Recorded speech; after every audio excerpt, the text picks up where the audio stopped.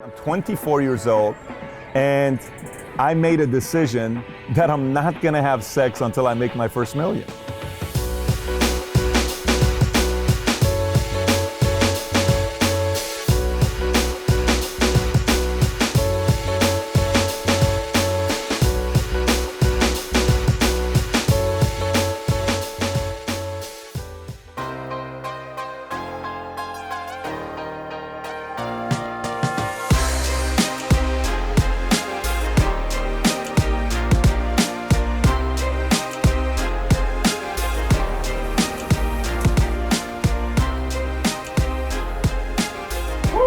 College.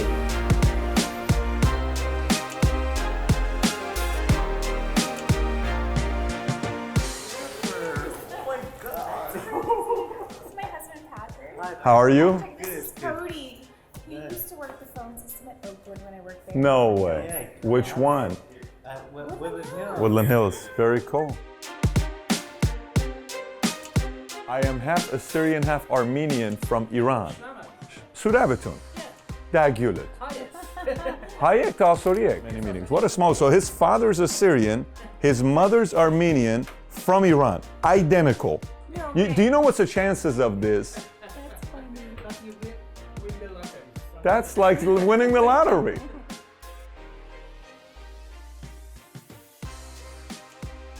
I got my shirt ready for tomorrow for Disneyland. Look at this. What? You have a Disney shirt and I don't even have a Disney shirt? Why? I asked you a million times which one do you want when I was in New York. That's the point. Okay, you guys got to go to sleep. Let me tell you why. If you guys don't go to sleep, let me tell you what time it is. 12:30. 5 o'clock in the morning, we have formation outside. 5 o'clock, Billy, we have formation outside. We're gonna go for a short run. We're gonna do a couple hundred push-ups, some sit-ups, and then we're gonna go to Disneyland, okay? So go to sleep, so we have formation at 5 o'clock. Let me see a roll, Dilly. I can be a roly-poly. Wow. You want to see my roll? Let me see yours. Wow. The way you do it looks like it hurts. The way Dylan does it, it's like graceful. Okay, go to bed. Good night, fellas.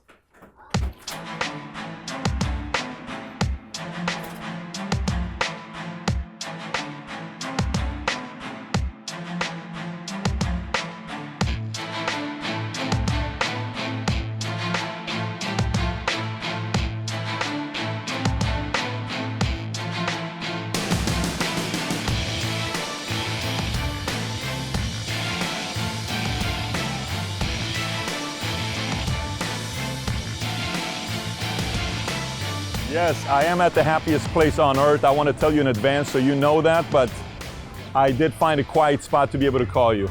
Well, the happiest place on earth apparently is Disneyland, and I'm here with 3 kids under the age of 5 just having a blast. So my resume, I want to impress you guys. Here's what my resume looked like at 20 years old. Burger King, Haagen-Dazs, I was a big boy, and in the military. And so I said, look, I got to figure out a way to get this job. So my resume wasn't going to get me the job, so I said, I got to make it up for it with my cover letter. So my cover letter, I chose the best joke I had at that time. And back in the days, we used to fax. Maybe you guys remember the fax. I remember the fax. Days. So I faxed the cover letter, and the cover letter on the bottom of the joke said the following. It says, look, if you're laughing right now, this is exactly how my clients are going to feel when they do business with me. They're going to love me. If you want somebody like me on your team, give me a call. So I faxed 100 resumes. I got 30 callbacks. This is Morgan, Merrill, Schwab, Smith, Barney, Goldman Sachs. Wow. I just faxed everybody. So the real players. And then I got 30 callbacks. Yeah, I got 30 callbacks. 15 were simply saying the joke was hilarious, but you will never work here. And then the other 15 gave me an interview, 3 of them gave me an offer, and 1 of them I picked up. I started working at Morgan Stanley day before 9/11. And then I left. I went to Transamerica for about 7.5 years, had a great time there. Then October 1, I started PHP Agency, our own agency, with 66 insurance agents. And now, fast forward 7 years later, we're at 3,300 agents in 49 states. So it's been a wild ride. Wow. What would you say was your biggest struggle in your career? My biggest struggle in my career was probably 100% doubting the fact that I could do something like this. This is one of the reasons why I think sometimes people now see me and they ask the questions like, hey man, how does it feel with, having a net worth of people, estimated $100 million net worth? How does it feel now living in the house and doing all what? How did that make you feel? I said, honestly, it's still a game. Yeah. Well, life is truly a big game you're playing, and if you learn the game, you have an edge over everybody. Now, you can know all the rules to the game with hypothetically Monopoly. Let's just say you know all the strategies to the game of poker. You can read every single book that whoever's ever written on poker, anybody, the best ever. You can read all the rules on blackjack. You can read all the rules on basketball. You're still going to have bad days. You're still going to have you're still going to have, deals that are not going to go through. You're still going to have somebody that could backstab you. You're still going to have somebody that's going to rip you off. You still could have somebody that hurts you. You still could have somebody that lies. You could still have somebody that betrays you. But your experience gets better. Your intuition gets better. Your street smart gets better. Your street credit gets better. Your reputation gets stronger. You attract the right people that want to do business with you. And that's the part about life. And life is challenging. There's issues, there's problems, but the more and more we learn this game and the more we get better at it, we actually eventually get a chance to enjoy the journey. Nice. Patrick, we have a question from somebody, Maurice, who asked, the video that you did with the good and bad voices, what motivated you to do that? That video was just showing the madness of, what it is when you're living in a mind and a brain of yours that you struggle that battle internally. I mean, I don't know how many different people have quoted, I have met the enemy, it is I. Every time I give credit to Alexander the Great, they say, no, it's Aristotle, no, it's this. But many have said, I have met the enemy, it is I. And I'm telling you, you literally, in your life, will not face a worse enemy. I'm talking, think about the biggest jerk, biggest scam artist, biggest con artist. The biggest hater that will say the most ridiculous words to you, the worst curse words to you. Yeah. None of those guys will even come close to the things you tell yourself. 100%. So, once we learn the battle of living within our own mind, our own spirit, we've won half the battle. So that's the purpose of that video when we made it. Wow. That's pretty crazy. Cool. So tell me, you've authored an amazing book called The 25 Laws of Doing the Impossible. Can you just quickly tell us a little bit about that? Yeah, so people kept asking me a question, and this was the question they would ask me. They would say, so Pat, how did you make a drastic change? So let me tell you why the drastic change. So guys, I was the guy you wanted to go to nightclubs with. I was very good at it. I tell you, very, very good at it. Guys, one day, if your listeners are listening, they're gonna freak out with this. One day, I'm 24 years old, and I made a decision that I'm not gonna have sex until I make my first million. And I know, listen, I'm telling you. Oh my gosh. Oh, so you're going to make $1 million real fast. No, I told you it was about to get weird. Dude, there's nothing like that kind of motivation.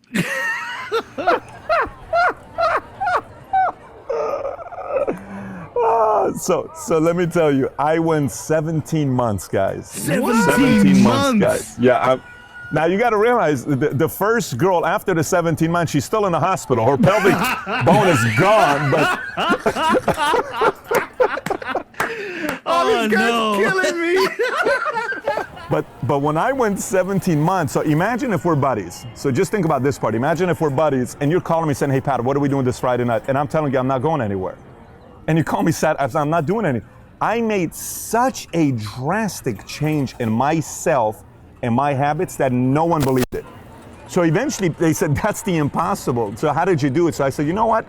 I took a paper and I wrote all these laws that I think it's important things to me.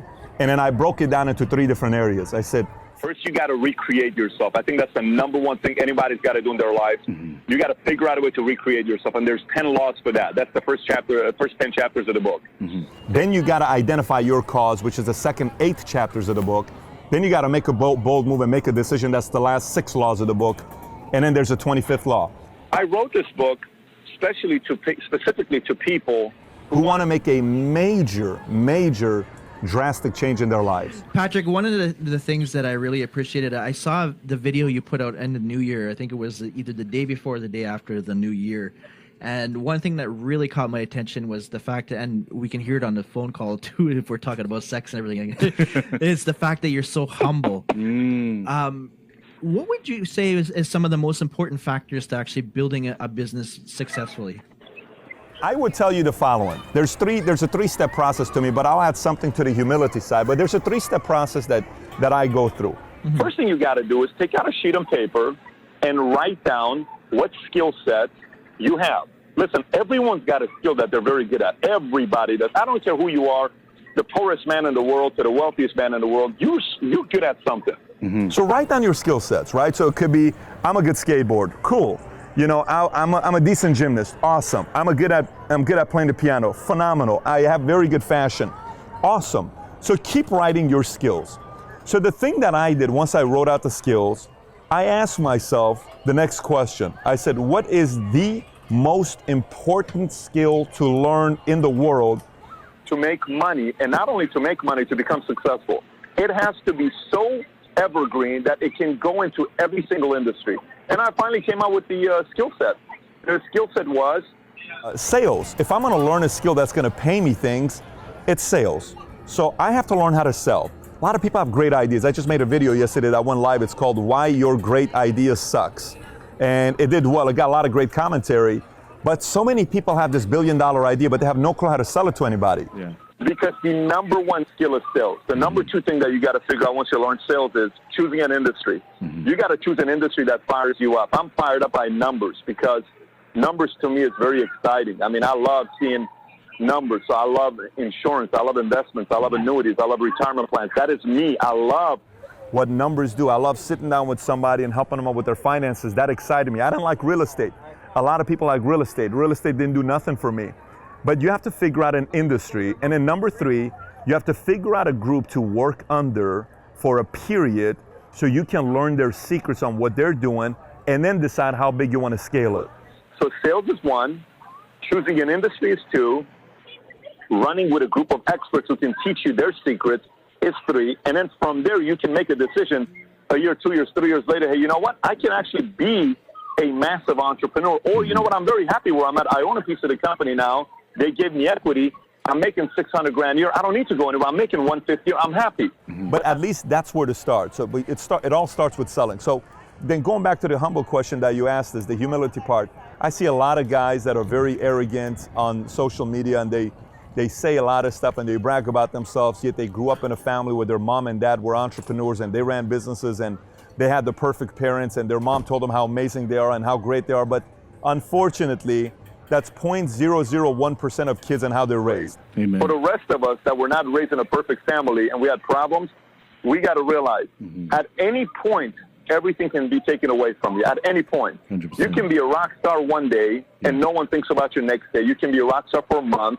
But a month is a very short period of time. A year is a very short period of time. Once you're on your deathbed and you had an incredible life, then if you want to be cocky, you be cocky on your deathbed. But until then, you got to stay humble. Absolutely. Absolutely. What would you think is the number one thing that an entrepreneur would need when they're on that journey? They haven't quite made it yet, but they're on that journey. What is that number one thing that every entrepreneur needs to be able to get to that point? One is a constant desire to want to improve. You got to constantly have a desire to want to improve. You know, constantly asking you, like I'm in the park right now and I'm looking around the park right now and I'm looking at a bunch of people in front of me walking by, and my brain, the first place it goes to, okay, Pat, if you're the CEO of Walt Disney, what would you do differently here? Would they dress that way? Would you put that tree over there? Would you move that thing? How would you do the introduction? How would the theme park, when we came with the tram? I'm constantly thinking about how to improve something. So an entrepreneur has to constantly be thinking about how they can better themselves, improve their business, improve everything that they're doing. Because that's at the end of the day what you're looking at doing. So the entrepreneur's number one mindset's got to be improvement. Constant improvement. Beautiful. Wow. That's powerful. Wow, the nuggets you are dropping. I'm sitting here and I'm writing notes. That's powerful. So if you're in a position where you've got a business that's successful, what is it the thing that you would think would be the best thing from a leadership point of view?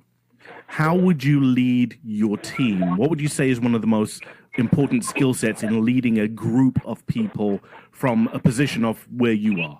So there is two different ways I look at the leadership part. One is you got to know what you're looking for. That's step number one. So what are you looking for? So when you look at relationships, marriages, any of that stuff, when people get married, and I made a video, the video says who to marry and how to marry. And in the video I talk about, I wonder how many people get married just because of good sex. Yes. It's the dumbest decision to make because they're like, oh my God, he's amazing in bed. Oh, she's the best I've ever had. That doesn't make her a wife. Yes. That doesn't make him a husband. It just makes him good in bed. There's a lot of other things you need to do to run a family than that. So the same goes with people you hire for your company. A lot of times people will say, oh my gosh, she's got a degree from Harvard. Oh my gosh, she used to work at Google. Oh my God, he used to do this. It means nothing. So step number one is you identifying who you want to work with. Number one, what are you looking for? What candidate are you looking for? What do they need to have? Where do they need to be? So that's step number one on who you're looking for. Step number two is knowing how you can take a 4 and make him a 6. How can you take a 5 and make him a 7? How can you make a 3 and make him a 6? How can you make a 6 and take him a 7? So those are the two things. Now, obviously, above all of that, if you yourself are not an 8, you can't lead a 9. If you're not a 6, you cannot lead a 7. If you're a 6, the most you can lead is a 5.5. Even a 6 is eventually going to say, dude, we're the same level, man. What are you talking about? So you got to make sure you're focused so much into improving yourself as a leader that you always have that edge over the people you're leading. Because once you lose that edge, you lose any of your voice, and then you're just a simple figure. You have no credibility. Great stuff. Patrick, thank you so much. We appreciate your time. Thank your family as well, because I know we're taking away from their Disney time. No problem. No problem, gentlemen. Thanks for having me. Go enjoy, Sounds brother. good. Thank you so much.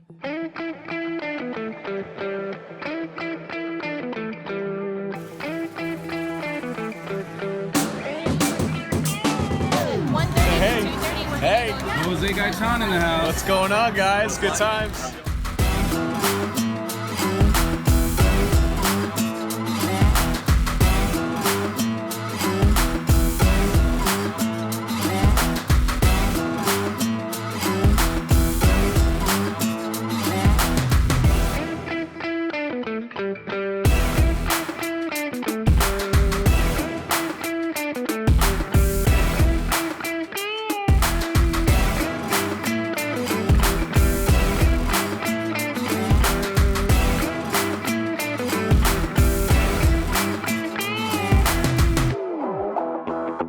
How'd you do? Level 3. Level 3. I don't know how impressive that is. Dylan got to level 2.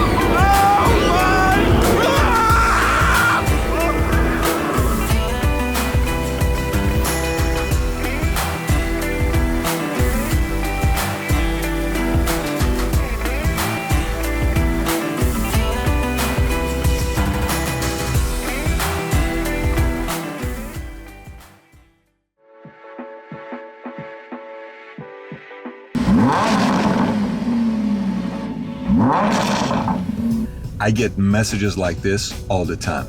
Look at this message on what this young girl is doing to make money.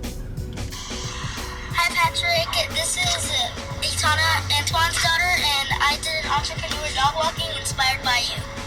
Have her log on to YouTube and just type in the word entrepreneur on YouTube. The first channel now is us. No way.